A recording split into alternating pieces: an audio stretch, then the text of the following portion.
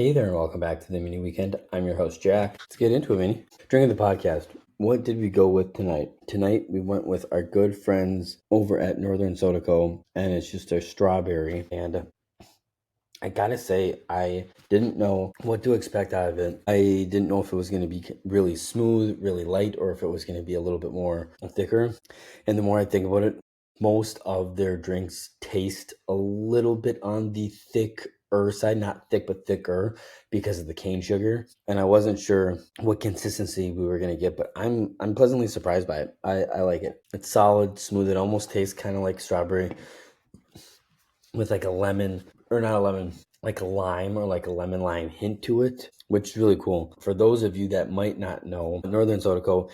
is a craft soda brewery located on Campus Drive in New Brighton, Minnesota. For those who have not frequented it, I urge you go check them out. We personally have been there for the first time just a couple weeks ago and actually plan on going there to watch a Vikings game this year. So lots of cool stuff to go check out of theirs. They have every single weekend that they're open. That's another interesting thing about them. They are only open Thursdays, Fridays, Saturdays, and Sundays, and they're doing phenomenal. It is super cool. Like I said,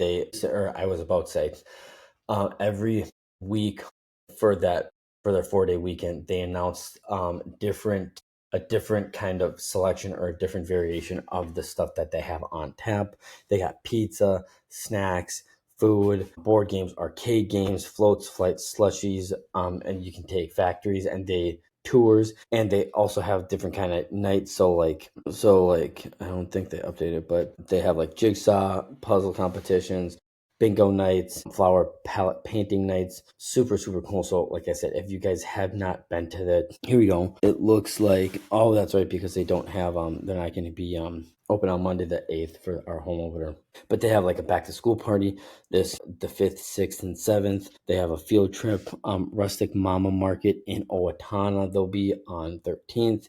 They have a sewing class, art class, lots of really cool stuff. I urge you guys to go check out northernsodaco.com. You can follow and find them on Facebook, Instagram, TikTok as well.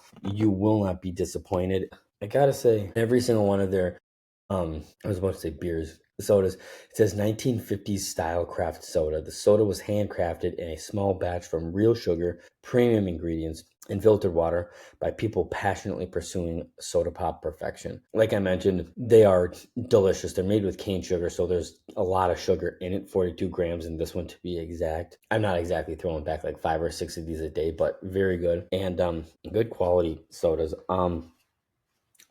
And like I said, kind of getting to the end of the podcast, I like it. I probably wouldn't put it in the upper echelon of like my top drinks from them. So I'll go ahead. I'll give it a 7.2. I think a 7.2 is appropriate. It's good. I would get it again, but I can't. Like Sunday Purple, they're orange, they're root beer, and they have like 2 more that I would like. Like those are like my 5 go-to pops for them. Really like it. 7.2, like I said, in my opinion, that's not a bad ranking. It's just, again, like I said, not kind of in that upper echelon, if you will. So like I said, go check them out. You guys will not be disappointed, and let us know what we should try out next from them and what you guys like. Tommie Town. I know the NFL season is just about to get underway tonight, or tomorrow night, Thursday night football, when the Eagles and Dallas Cowboys take place, and all that fun stuff. But college football already kicked off. The Tommies are 1-0, and the Tommies are about to play them in football. But before we get too much into football, college football, all that fun stuff, I didn't realize this, it's been 3 weeks since we had like our usual podcast, because we just had some different stuff going on. So since then, we've had some announcements. So for the the men's basketball team welcomed St. John's to their non-conference game schedule for basketball. The University of St. Thomas in the new Lee and Penny Anderson Arena in 2025-2026 season will take on St. John's in a non-conference contest on December 11th. So you can bet your ass I will be there, and I am guessing, I can't remember exactly how many it holds, but you can bet it's going to be dang near almost packed to the brim to see this, despite them being a D1 school versus a D3 school. But super excited, super pumped. In addition to that, they have their entire season announced. For non-conference games for the men's, they'll play St. Mary's in California, Army, Washington State, Green Bay, Southeast Missouri State. They got Northern Colorado, Cal State Fullerton, and Portland in the Portland Invitational, as well as Lawrence, a Big Sky, Big Summit Challenge. They got Montana State and Weber State this year, St. John's, UNC Asheville, UC Riverside, North Central Minnesota for I think the third or fourth year in a row. And that is all the non-conference games they will have before they kick off conference play in the Summit League. Starting on January 3rd. And I think this men's basketball team has a legitimate chance to make it to March Madness this year. If you look at their non-conference slate, they don't really play anybody of a pull to get them a good look. Their one and only chance is essentially going to be winning their division. As they get better, I can see them, getting some, better teams to play in non-conference as far as that's concerned. But right now, they have a really good chance to win the Summit League and go to March Madness. So super, super excited for the men's basketball team. And then for the women's basketball team, like I mentioned, since we were last on in our normal podcast, they have announced their schedule as well. But additionally, Jade Hill was selected as the Summit League's NCAA Woman of the Year nominee. This was back the day after our last podcast on August 14th. Jade Hill continues to make an impact on Tommie athletics. The former Garden elementary education major was announced as the Summit League's nominee for the prestigious 2025 NCAA Woman of the Year award. She's the first Tommie and D1 era to earn the conference nomination for this honor. So a huge, huge congratulations to her. She's a 3-time All-Summit League honoree.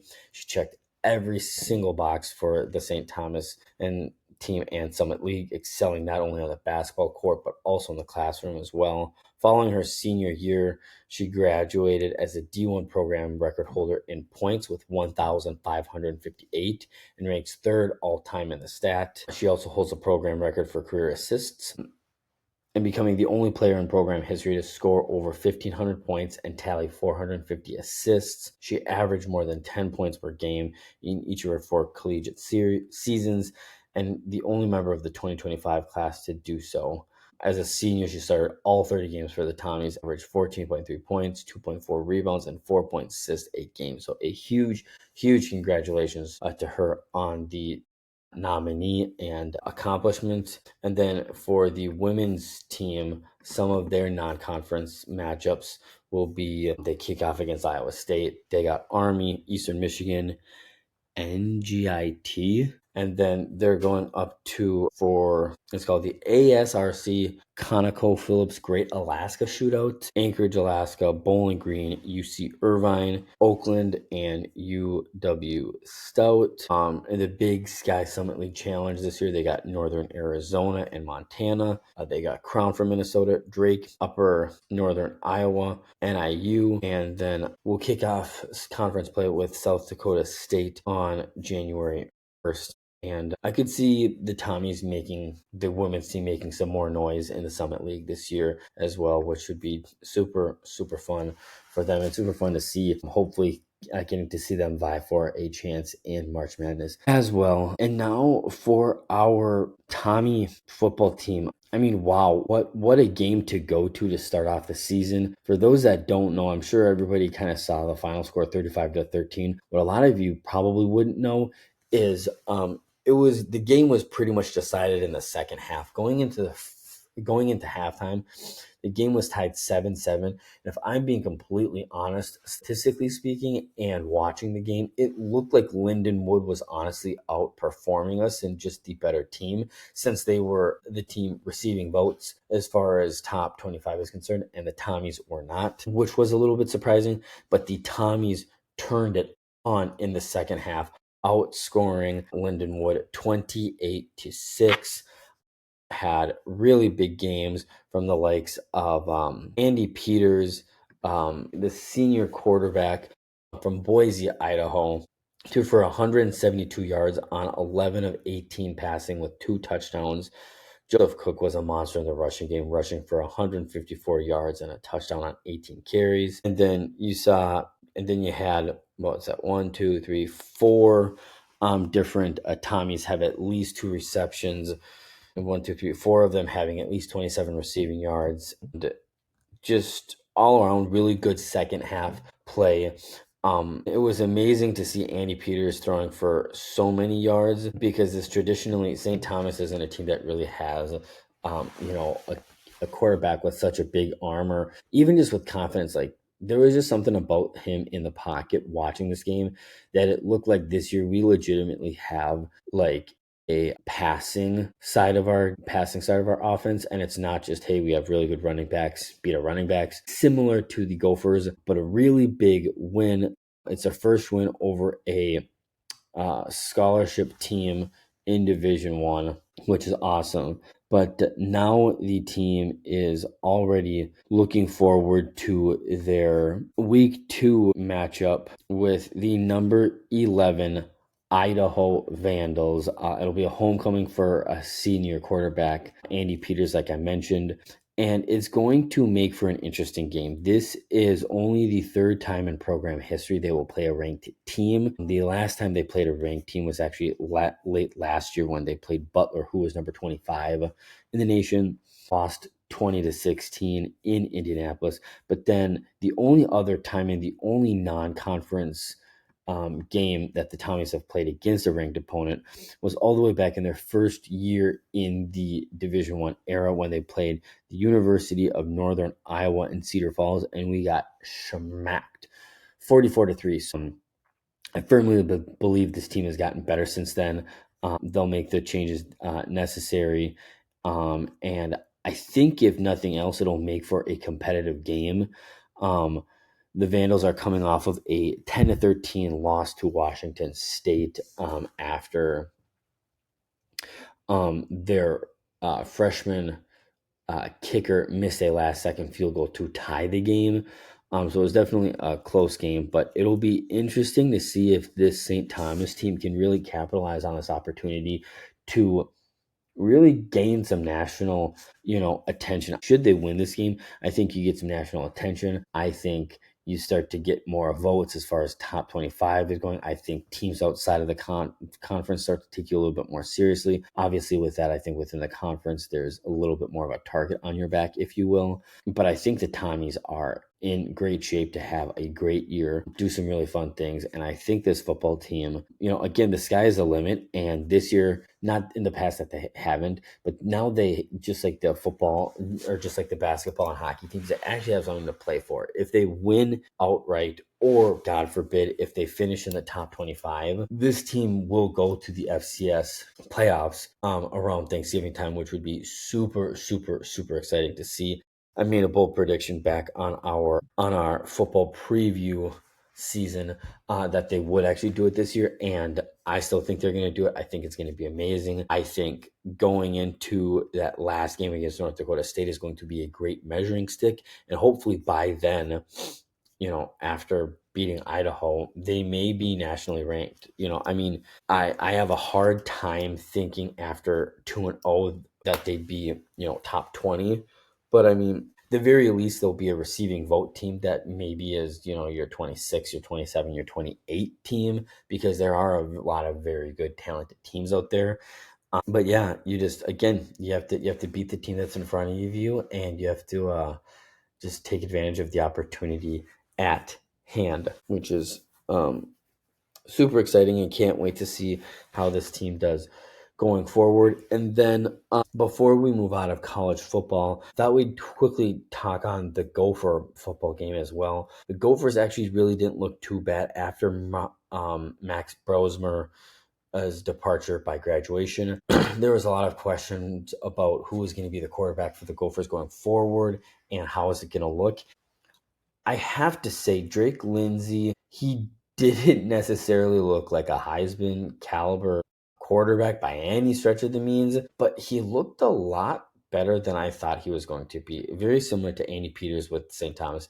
There was something about that night after I got home and I watched the most of the second half at home. He just had this confidence about himself in the pocket. He had confidence about his arm. He was able to throw the ball downfield, and he passed for 290 yards, 2 touchdowns, and a pick. We only rushed for 153 yards on 44 attempts, so we technically ran the ball, 9 more times than we did passing.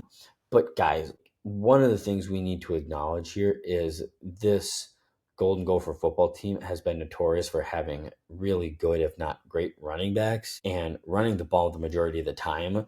And I've talked at length that you need to use the passing game more to your advantage if you're PJ Fleck, so that you're not as much of a one-dimensional team. So yeah, I mean, like I said, they beat the the Buffalo Bulls, 23-10. Again, not a huge game like you thought they were. Obviously, first start for Drake Lindsay. Like I said, didn't look amazing. Looked good, looked solid. If he can play like that and continue to get better within the next couple weeks, I mean, maybe this team can go, 8-4, 9-3. Who knows? Who knows? But it's good to see them get off to a hot start and get that first win. Sorry, Darius Taylor led the way for us. 30 carries, 141 yards, no touchdowns. In fact, the only touchdowns scored in this game, Drake Lindsay throw TDs to both Jalen Smith and Jameson Gears. And other than that, what was the name of our kicker again? Brady Denneberg hit 3 of 3 field goals for the game. Obviously against these non-conference opponents, you'd love to be not kicking as much and just kind of scoring points. But again, first one on the year. Boy Parrish had a solid game, 2 tackles, 1 solo tackle. I don't think they really used him, Coy Parrish. He had 1 catch for 12 yards on the offensive side of things, so he didn't see him a ton on the offensive side of the ball. But that could change. That could change. So, and then before we move on to the professional sports side of the podcast and our good friend and our shout out of our good friends, wanted to come at you guys with our college football week 2 picks. So just like last year, I got 3 for you guys. Still not sure how we're going to do this, and I didn't bring the numbers with me. We're going to have an update on mini weekend bets next week. I think we're going to try finding a way to put everything betting under the umbrella of mini weekend bets, so everything is going to go towards that record. But we will definitely have an update on that and keep track of all this stuff for you guys. So without further ado, like I said, 3 picks. The first one I like, Duke +3. Over the Illinois Fighting Illini. This is a home game for the Duke Blue Devils, and for the life of me, I can't understand why they're 3-point underdogs at home to an Illinois team that's meh. Darian Mensah is a really good player. I think he's got a lot of experience, and he's dual threat too. He can throw, he can run, and I think he can just straight up ball. And I think add to that, it's going to be tough for Illinois playing an 11 a.m. game while also traveling across the country. I don't like it. So give me Duke. I think they're going to win this game outright, but at least Duke +3 in this one. The second game I like for you guys, Iowa State under 41.5 points. Iowa's QB Mike Gronkowski, whatever, is just not good. He only managed 44 yards against Albany this last week on 8 of 15 passes. This Iowa team is the same every single year, where they have a decent defense that does a pretty good job of keeping points off the board, but their offense just can't get enough points on the board for them. Meanwhile, Iowa State's defense has already looked really good. 2 games under their belt, 2-0, managing to upset number 17 Kansas State in Ireland. So like I said, I don't necessarily see this being a very high scoring, so give me the under 41.5 points. And then the last game I like for week 2 of the college football schedule or slate is Arizona State -6.5. This is just one you just don't overthink. The Sun Devils are a really good team, and the Mississippi State team is just a bad team. I'm actually surprised this line is so close. Sam Levitt looked really great for ASU this last week, and I anticipate him to pick back right where he left off in week 1. I think this is a great time for him to pad his stats and potentially make a Heisman run. for himself here. But yeah, like I said, I would be surprised if this game is in the single digits, as Arizona State is just far and above the better teams. In summary, the 3 picks I like for college football week 2: Duke Blue Devils +3 over Illinois, Iowa State under 41.5 points, and Arizona State Sun Devils -6.5 over the Mississippi State team. And that's what I got for you guys. So before we get into all things pro sports, once again, want to give a huge shout out to our good friends over at UNRL. I've been getting more comments more lately. It's probably because we're getting more followers and everything like that. I do know it's pronounced Unreal. I've known about these guys since I was back in college in 2014, and it was Unreal and kind of UNRL, but I know they're the same thing. I know that's how it's pronounced, but I appreciate you guys looking out for me. Unreal, one of their drops that I can't remember if I got last year or 2 years ago, but super stoked that they're doing some more this year. If you didn't hear, they announced, what was it, a couple days ago, that they're coming back for volume 5 of not just the Vikings, but UNRL Unreal NFL volume 5 coming back. And then it was just earlier today that they have 8 returning teams, the teams that they've already made stuff for: the Patriots, Panthers, Bears, Steelers, Chiefs, Bills, Packers, Broncos, and Vikings. And there's 6 new teams coming. And I believe starting tomorrow the 4th, they're going to tease, or not necessarily tease, but announce the 6 remaining teams as of it's 11 p.m. on the 3rd. 40 days, 10 hours, and yeah, whatever, until drop number 1. I'm super stoked. I can't wait to see what they're going to come out with. If I'm being completely honest with you guys, I'm kind of hoping they come out with some stuff for some of the college gear they've done in the past, because they've done stuff for St. Thomas, and their St. Thomas hoodie I have, and I freaking love it. So I hope they come out with some new stuff for my alma mater in September here, but also super excited for their drop here. Obviously, everything of theirs is high quality. Just about every single podcast we come on, we have something of theirs. Unfortunately, the hat we got on tonight is just a Skull Vikings hat. I've had this hat forever. I can't even remember where I got it from. I think I actually just got it in the mall at one of those sporting goods stores. But yeah, like I said, Unreal. Go check them out, unrl.com. If you know, you know. And if you're new here, if you're into the athleisure, you will not be disappointed. Just about everything of theirs. You can dress up, you can dress down. They have so many collaborations with like Folds of Honor. If you're not huge into football or sports, you can shop Folds of Honor, Volition America, Row the Boat. They got stuff with ETS Performance, Barstool Sports, just a lot of cool, great things. So like I said, unrl.com, and then you can find them all over social media: Facebook, X, TikTok, Instagram, and LinkedIn.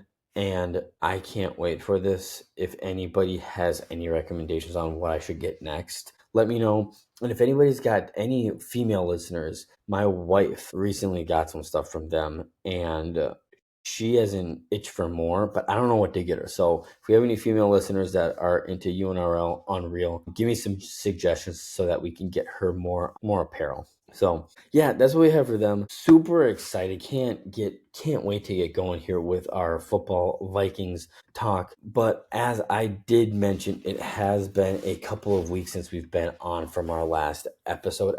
So we do have a couple of things, actually, Minnesota sports to catch up on. And the first one is back on August 22nd, Marco Rossi re-signed with the Wild on a 3-year, $15 million deal. You heard that right. Minnesota Wild re-signed restricted free agent Marco Rossi to a 3-year, $15 million contract on Friday the 22nd, ending months of speculation about the center's immediate future with the team. He was coming off his entry-level contract, having been drafted by the Wild back in 2020, and actually looking it up, his contract this upcoming season is $4 million.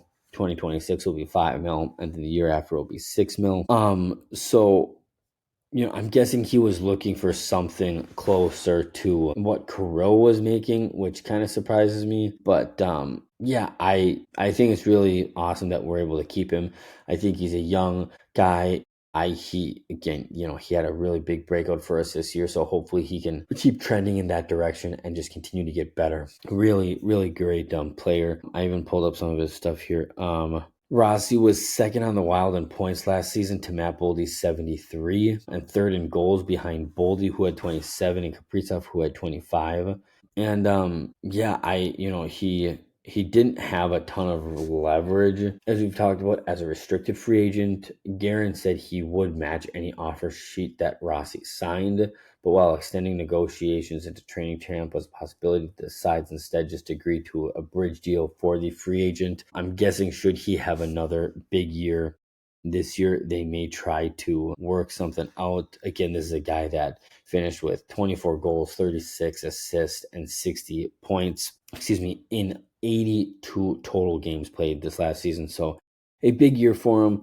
I don't really know super well that he played really well for us in the postseason last year, but obviously that's somewhere that's gotta, just continue to get better for him and for us. And yeah, can't wait to see him back in a Wild uniform. And really, really crazy that we're not super far here from everything. The Wild will kick off preseason play on September 21st, which is, not less than 3 weeks away.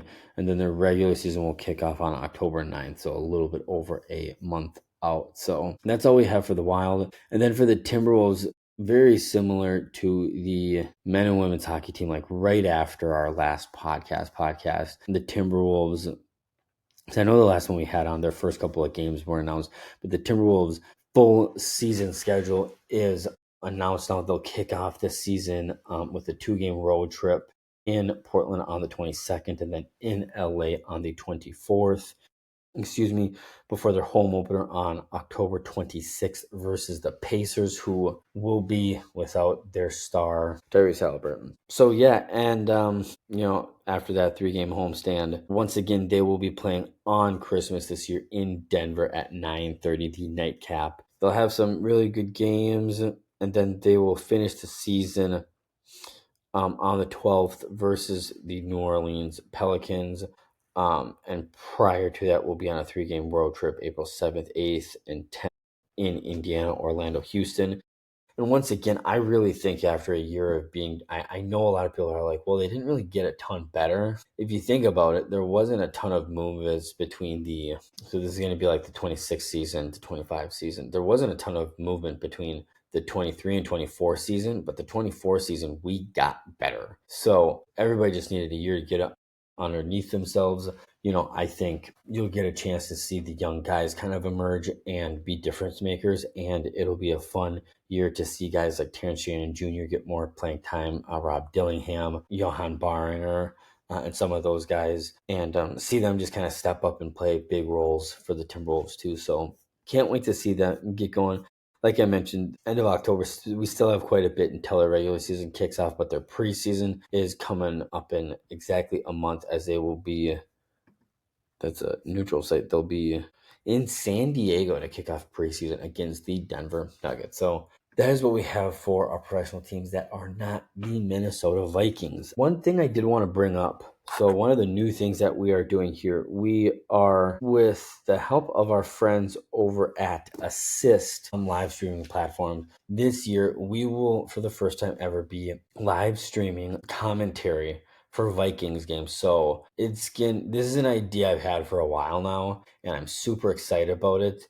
But it's going to be in a way that we don't murky the copyright rules and laws with the NFL and all that kind of stuff. So essentially what's going to happen is you guys will be at your homes. You can turn on your TVs and watch the game as is. However, you can mute your TV, go to, what is it? I think it's just ast.live, and you can live watch my commentary and my reactions to the game as you're doing it. We'll probably do some fun trivia stuff, obviously engagement with you guys, and it's going to be a little bit of a learning curve. I'm still kind of getting used to the platform itself. For anybody who is interested, I'm going to do a test run to kind of get the lay of the land tomorrow night for the season opener game. but our first Vikings one won't be until the 14th for our home opener against the Atlanta Falcons for what's that, Sunday Night Football, which will be super fun.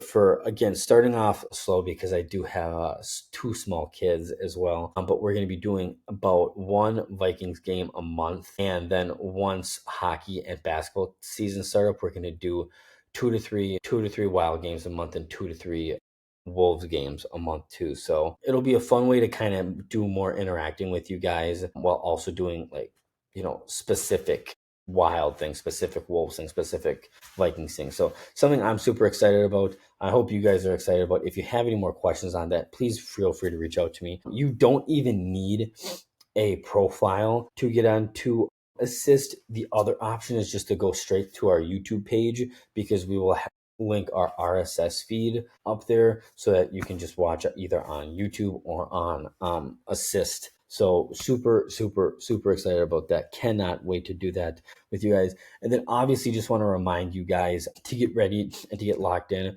Go to ESPN.com. We've mentioned a couple times mini weekend pigskin pick'em and mini weekend eliminator challenge. Like I've mentioned, the more people we get signed up for these things, the more people we're going to pay out for prizes. So go get signed up, and do not forget about the first touchdown challenge with the Vikings. And with that, one last thing before we get into the NFL and the Vikings.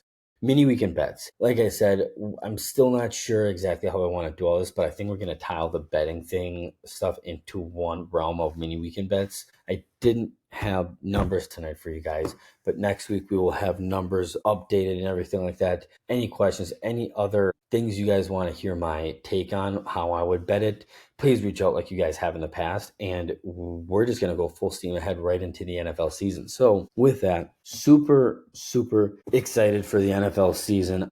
I thought kicking off Vikings NFL talk, we would just get right into it and talk about our upset, our lock, and our how we would bet the Vikings game. So let's just kick it off and keep it simple. The lock I like, and again, I know for those of you that watched our mini pick'ems last night, these are all in correlation to that. So my lock is going to be the Broncos minus 7.5 over the Tennessee Titans. Again, I think this for me was probably one of the easiest ones in week one to pick.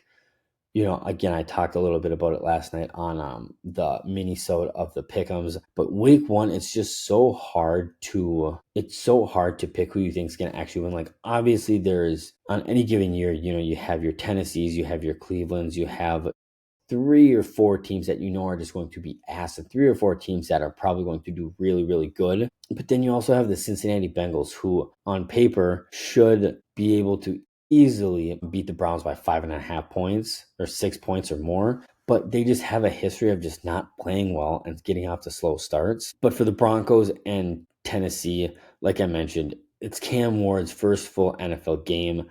I don't see it going particularly well for him.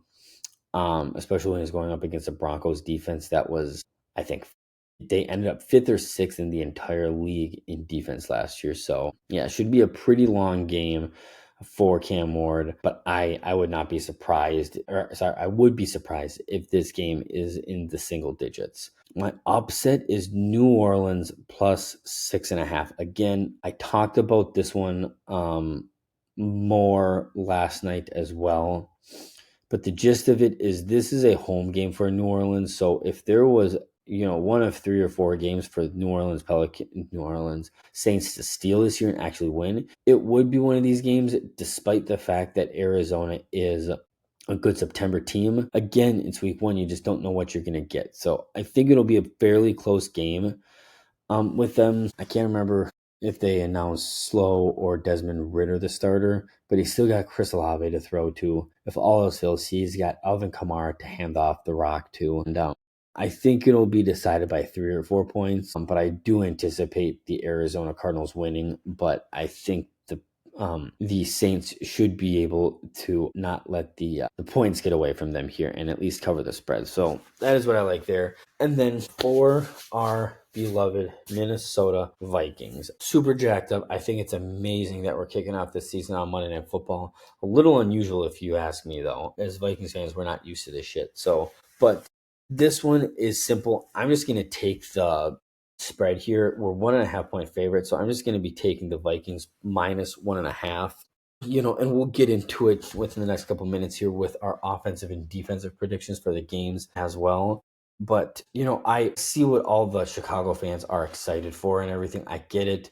They beefed up that offensive line a little bit. They added some pieces on the defensive side of the ball. Caleb Williams, can take a big leap in his second year. I don't think Caleb Williams is a great quarterback. I think this is not even, I know this is Caleb Williams' second straight year with a new offensive coordinator and a head coach. I see them getting it at the very least off to a slow start and then maybe catching some speed. But I think that this will be a relatively easy win for us. And it still just blows my mind the disrespect the Vikings defense gets. This was an elite top 10, top 8 defense last year in the league.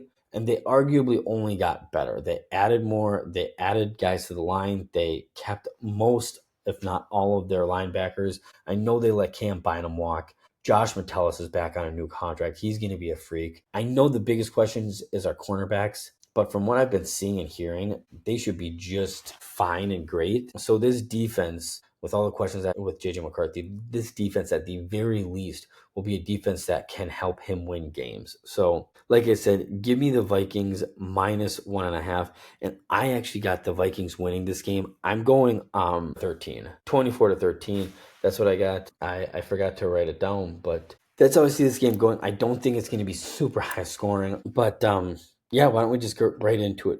For the offensive side of things, I think Kevin O'Connell is going to do a good job of offsetting JJ McCarthy with a solid running game. And I fully anticipate Jordan Mason and Aaron Jones collectively rushing for at least 150 yards on the offensive side of things. I think JJ is going to have a really solid, really good game as far as a passer goes. But I think a point of emphasis for Kevin O'Connell is going to be, let's have a good, solid running game so that JJ doesn't feel like he has all this pressure on him to be this huge thrower, which he's capable of doing, but just to lessen the load on him as he kind of gets into the season. Like I said, I think this defense, a top 10, top 18, top defense last year, is going to be even better this year. I got us sacking Caleb Williams at least 4 times. And I think they're going to have another dominant game 1 this year like they did last year against the Giants. There were people last year with how many questions on our defense we had,